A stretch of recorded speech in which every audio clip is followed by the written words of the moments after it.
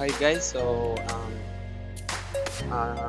good afternoon everyone. So good afternoon to you ma'am, especially sa ha, um, nako karon diri sa Hasaan Public Plaza. So makita ninyo nga daghang tao, daghang sakyanan. So um, about nag-video ko karon kay about sa ethics. Ang topic is culture. So kita nga nagapuyo sa um,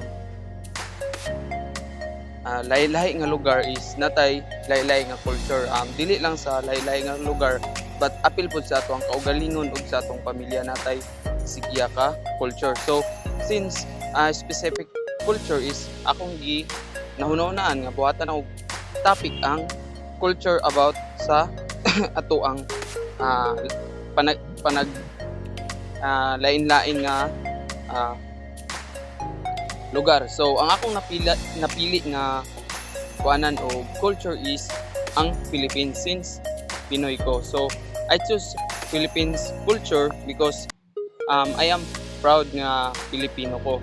So ang culture sa Filipino is especially kanang na magminyo ka is about kanang kung ang atong culture sa as a Pinoy is kung once nga ikaw na uyab tapos imo nang naburusan is kanang compulsory gyud na siya nga imong pamalayan. So pagkahuman sa pamalayan is imo na dayong magsabot-sabot mo during sa pamalay mo na siya. Ang pamalay is ang lalaki mo adto sa babae para magsabot-sabot sila kung unsa ang ilahang masabutan para sa umabot nila nga kasal.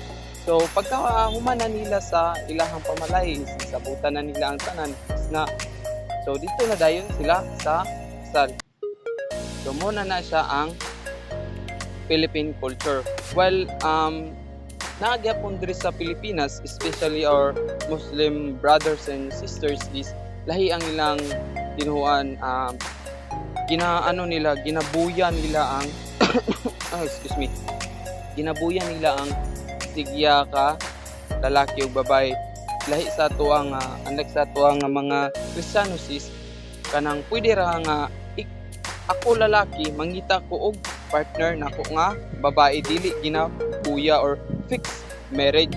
So muna siya ang culture diri sa Pilipinas. So natay culture sa Kristiyanos ug napod tay culture sa Muslims. So maura na siya tanan. So goodbye guys. Thank you for watching.